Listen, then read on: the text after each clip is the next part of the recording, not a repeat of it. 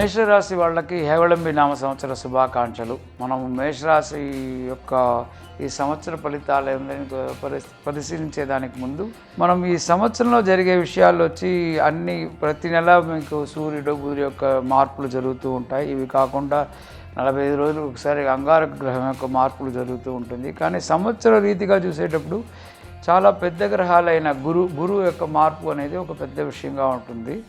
ఈ సంవత్సరం మనకు దానికి తగినట్టు చూశారంటే మనకు శని కూడా తన యొక్క పరిస్థితి నుంచి ధనుస్సు నుంచి వక్రగతి అయి మళ్ళీ మేషరాశి వాళ్ళకి అష్టమంలో ప్రవేశించి అక్టోబర్ వరకు ఉండి మళ్ళీ అక్టోబర్ తర్వాత మళ్ళీ ధనురాశికి వెళ్ళే స్థితి ఏర్పడుతుంది. ఇది కాకుండా మీరు చూసారంటే గురువు వచ్చి షష్ఠ స్థానంలో ఉండి సప్తమ స్థానానికి సెప్టెంబర్ 12వ తర్వాత జరిగేది ఒక విషయం జరుగుతుంది.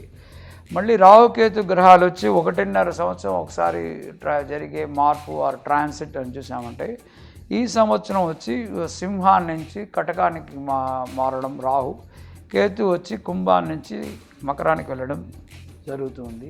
ఈ సమయంలో మేషరాశి వాళ్లకు ఒక శోభ ఏంటంటే ఇన్ని రోజులు మనకు అష్టమ శని వెళ్ళిపోయింది అనుకున్నాం. మళ్ళీ ఈ సమయంలో మే నుంచి అక్టోబర్ వరకు అష్టమంలో శని వస్తే ఏం జరుగుతుంది అని ఒక భయం ఉండొచ్చు. కానీ జనరల్గా ఏం జరుగుతుందంటే మనం యొక్క ఫోకస్ లేకుండా అంటే మనం ఆలోచన లేకుండా చాలా విషయాల్ని మనం పోస్ట్పోన్ చేసిన విషయాలు కానీ లేదు పెండింగ్ విషయాలు కానీ లిటిగేషన్స్ కానీ కోర్టు కేసు అవన్నీ వచ్చి మీకు సడన్గా ఒక దాని యొక్క ప్రాబ్లమ్స్ ఫోకస్ అయ్యి మళ్ళీ ఆ ప్రాబ్లమ్స్ సాల్వ్ అయ్యి సద్దుమణిగే అవకాశాలు ఎక్కువగా ఉన్నాయి. ఎందుకంటే సెప్టెంబర్ 12వ తేదీ తర్వాత గురువు సప్తమ స్థానంలో వచ్చేదానివల్ల గురువు యొక్క దృష్టి మేషరాశి పైన వీక్షణం ఉండేదానివల్ల అది కాకుండా అది సెప్టెంబర్లో ఉండే గురువు తన యొక్క పంచమ దృష్టితో మీకు వచ్చి లాభస్థానాన్ని చూసేదానివల్ల ప్లస్ అది కాకుండా మనకు రాశిని కాకుండా మళ్ళీ తృతీయ స్థానాన్ని లగ్నం 2వ స్థానం తృతీయ స్థానాన్ని గురువు చూసేదానివల్ల ఈ సంవత్సరం ఎన్ని ఆటంకులున్నా మేషరాశి వాళ్లకు అన్ని సంవత్సరాంతరం అంటే మనకు అక్టోబర్ తర్వాత అన్ని విధాలైన సౌకర్యం లభించేదానికి మేషరాశి వాళ్ళకి అన్ని సూచనలు కనబడుతున్నాయి. కానీ ఈ నడుమధ్య జరిగే ఆటంకాల వల్ల వాళ్ళు ఏం చేయాలి అనేది ఒక సందిగ్ధతలో ఉండడం జరుగుతుంది. సో ఈ శని అష్టమంలో ప్రవేశించే కాలంలో కానీ ప్రవేశించినప్పుడు జనరల్గా మనం ఆలయ దర్శనం కానీ దైవోపాసన చేయడం కానీ జపం చేసుకోవడం వల్ల ఈ గ్రహస్థితుల యొక్క మన యొక్క ప్రతికూలతను మనం సానుకూలతగా తీసుకునేంత ఒక పరిస్థితిని ఏర్పరచుకోవచ్చు. కానీ మనకు ఈ విషయంలో అంత పరిజ్ఞానం లేని దానివల్ల ఈ సమయంలో అట్లీస్ట్ మనం విషయం తెలుసుకున్న తర్వాతైనా కానీ ఆలయాలకు వెళ్ళి రావడం లేదంటే ధ్యానం చేసుకోవడం ఇటువంటి విషయాలు చేసామంటే మనకు ఈ సంవత్సరాన్ని మనకు కావాల్సినంత వరకు సమన్వయంగా మన ప్రతికూలంగా మనం మార్చుకోవచ్చు. అశ్విని నక్షత్ర మనం జనరల్గా మనం చెప్పాలంటే మేషరాశి ప్రతి వాళ్ళకి దూకుడు స్వభావం ఎక్కువగా ఉంటుంది. ఏ విషయమైనా కానీ చేసిన తర్వాత ఆలోచించడం, దీన్ని పాజిటివ్గా తీసుకున్నామంటే లీడర్షిప్ అండ్ ఇనిషియేటివ్ అంటారు. పట్టుదల, వాళ్ళు చేసిన విషయాన్ని మొదట వాళ్ళు ఫ్రంట్లో నిలబడి చేయడం అన్ని విషయాల్ని ఇవన్నీ చూసామంటే ఒక leadership capacity, initiative and action అంటారు. ఇవన్నీ ఉంటుంది. స్పీడ్ అంటారు. చాలా ఇంజురీస్ చాలా మేషరాశి వాళ్ళకి మనం చూసామంటే చాలామందికి ఈజీగా ఫ్రాక్చర్స్ జరగడం, యాక్సిడెంట్ జరగడం వాళ్ళ లైఫ్లో చూస్తూనే ఉంటారు. సో వాళ్ళ యొక్క మార్చుకోవడం అంటే స్పీడు ఇటువంటి విషయాల్లో మార్చుకున్నారంటే కొంచెం ఆలోచించి వ్యవహరించుకోవడం నేర్చుకున్నారంటే మేషరాశి వాళ్ళు చాలా మంచి పొజిషన్కు మేజర్గా ఆర్మీ జనరల్స్ చాలా పరాక్రమంగా ప్రవర్తించే స్వభావం మేషరాశి వాళ్ళకు ఉంటుంది.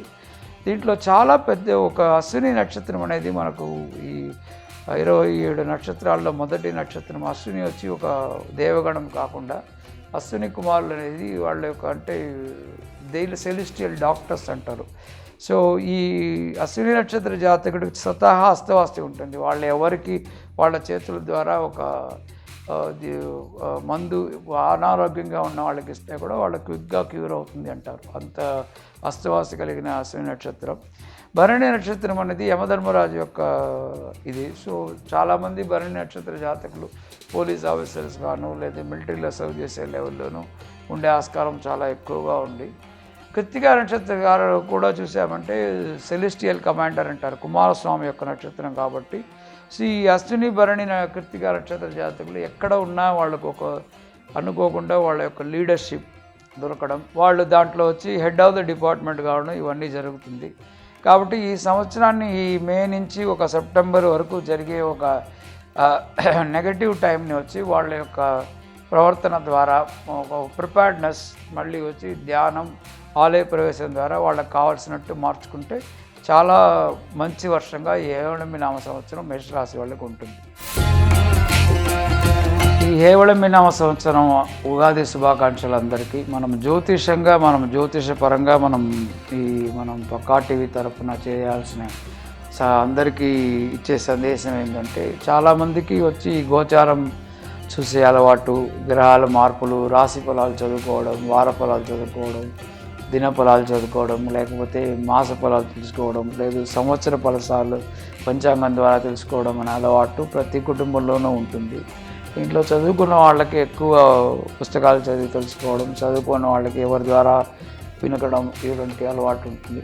వీటిని మనం ఎలా మన జీవితానికి ఉపయోగపరచుకోవాలి అనే దాన్ని ఉద్దేశించి మనం చూసామంటే, గోచారపరంగా మనకు పంచాంగ శ్రవణం అనేది అనాదిగా మన అందరికీ అన్ని కుటుంబాల్లోనూ ఉంటుంది. మనం ఆ రోజుల్లో రేడియోల్లో వినబడడం నుంచి ఈ రోజుల్లో మనం పంచాంగం కొని చదివి తీసుకోవడం, లేదు ఈ రోజుల్లో టీవీ ప్రోగ్రామ్స్ అన్నిట్లో కూడా ఉగాది పరంగా ఈ పంచాంగ శ్రవణం అనేది నడిపిస్తున్నారు. సో మన యొక్క డ్యూటీ ఏంటంటే, మనం ఈ చేసే ప్రోగ్రాంలో వచ్చి జనరల్గా లిమిటెడ్ స్కోప్, మనకు దైవం, మతము ఈ విషయాలు వేరు, జ్యోతిషం మాత్రం మనం ఆలోచించామంటే, జ్యోతిషం అనేది ఒక వేదాంగం. జ్యోతిషం కూడా ఒక మనిషి ఒక మోక్షాశక్తికి తీసుకెళ్లే ఒక జ్ఞానం జ్యోతిషం ద్వారా అందరికీ లభిస్తుంది. సో ఈ విషయంలో మనం ఈ గోచారం తీసుకున్నామంటే, ఈ గోచారం వల్ల మనము 20 నుంచి 30% వరకు ఒక రాశి జన్మ నక్షత్రాన్ని బట్టి అతనికి ఎలా ఉంటుందని తెలుసుకోగలుగుతాం. కానీ ప్రతి మనిషి వాళ్ళ యొక్క జాతకంలో ఉన్న పుట్టిన లగ్నం, వాళ్ళ యొక్క దశాభుక్తుల్ని బట్టే వాళ్ళ జీవితాలు జరుగుతూ ఉంటుంది. సో ఈ సమయంలో గోచారంలో చాలా మంచి సమయం ఉన్నా, జాతకంలో చాలా ఒక బ్యాడ్ ఫేస్, ఒక వేరే విధమైన సమయం జరుగుతూ ఉంటే అది న్యూట్రల్గా బ్యాలెన్స్ అవుతూ ఉంటుంది. సో రెండిటిలో చెడ్డ జరిగేటప్పుడు, రెండిటిలో మంచి జరిగేటప్పుడు రెండు ఎక్కువగా జరిగే అవకాశాలు ఉన్నాయి. ఈ జ్యోతిష విషయాలను మనం పరిపూర్ణంగా తెలుసుకోవాలంటే వాళ్ళ యొక్క జాతకంలో ఉన్న పరిస్థితులు, గ్రహ ప్రభావాలు, దశాభుక్తుల్ని సమగ్రంగా కూలంకషంగా సమన్వయించుకోవాలంటే వాళ్ళు స్పెసిఫిక్గా వాళ్ళు అడిగి తెలుసుకోవచ్చు. మనకు ఈ గోచారం అనేది జస్ట్ ఒక ఫీల్, మీకు ఒక ఇండికేషన్ వచ్చే లెవెల్లోనే ఉంటుంది. ప్రతి నక్షత్రం యొక్క క్యారెక్టర్ వేరుగా ఉంటుంది. మనం దానికి ఫ్యూచర్ ప్రోగ్రామ్స్లో వాటి గురించి ఒక్కొక్క నక్షత్రానికి వాళ్ళ యొక్క క్యారెక్టరిస్టిక్స్ ఏంటి, వాళ్ళు ఎలా ఉంటారనేది మొత్తం తెలుసుకుంటే కూడా జాతకాన్ని ఆధారపడి అన్నీ జరుగుతుంది. సో ఈ సంవత్సరం వాళ్ళ జాతకాలకి మనం రాశి ఫలాలకి మనం ఇచ్చే సూచనలు వచ్చి ఇంకా వాళ్ళు కొంచెం డీప్గా తెలుసుకుంటే మనం ఇచ్చే కాంటాక్ట్ నెంబర్ ఇచ్చి కూడా తెలుసుకోవచ్చు. లేదు వాళ్ళు జాతకాన్ని ఎవరైనా మంచి ఒక జ్యోతిష్కుడి దగ్గర ఇచ్చి తెలుసుకున్నారంటే వాళ్ళకి అన్ని విధాలుగా లాభం పొందే ఆస్కారం ఉంది. ఈ ప్రోగ్రాం మీకు నచ్చినట్ల మీరు ఈ ప్రోగ్రాం లైక్ చేయండి, ప్రతి వాళ్ళతోనూ షేర్ చేయండి, వీలైనంత వరకు మీ కమెంట్ కూడా ఇవ్వచ్చు ఈ ప్రోగ్రాంకి. ఇది కాకుండా డెఫినెట్గా అందరూ పక్కా టీవీని మీరు సబ్స్క్రైబ్ చేయండి.